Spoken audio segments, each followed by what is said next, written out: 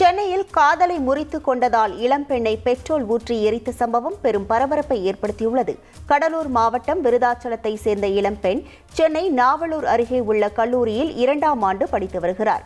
இவரது மாமன் மகனான ரத்தினம் என்பவரை காதலித்து வந்த நிலையில் திடீரென பேசுவதை நிறுத்தியதால் சம்பவத்தன்று இளம்பெண்ணை கடைசியாக சந்திக்க வேண்டும் என வந்த ரத்தினம் திடீரென அவர் மீது பெட்ரோல் ஊற்றி தீ வைத்துள்ளார். படுகாயமடைந்த அந்த இளம்பெண் மருத்துவமனையில் சிகிச்சையில் இருக்கும் நிலையில் ரத்தினத்தை போலீசார் கைது செய்தனர். சென்னை பாடி மேம்பாலம் அருகே உள்ள ரப்பர் சேமிப்பு கிடங்கில் ஏற்பட்ட பயங்கர தீ விபத்தில் பல லட்சம் மதிப்பிலான பொருட்கள் எரிந்து சாம்பலானது.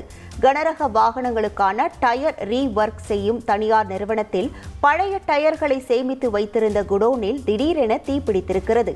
இதுகுறித்து ஊழியர்கள் அளித்த தகவலின் அடிப்படையில் சம்பவ இடத்திற்கு வந்த தீயணைப்பு வீரர்கள் 2 மணி நேரம் போராடி தீயை அணைத்தனர்.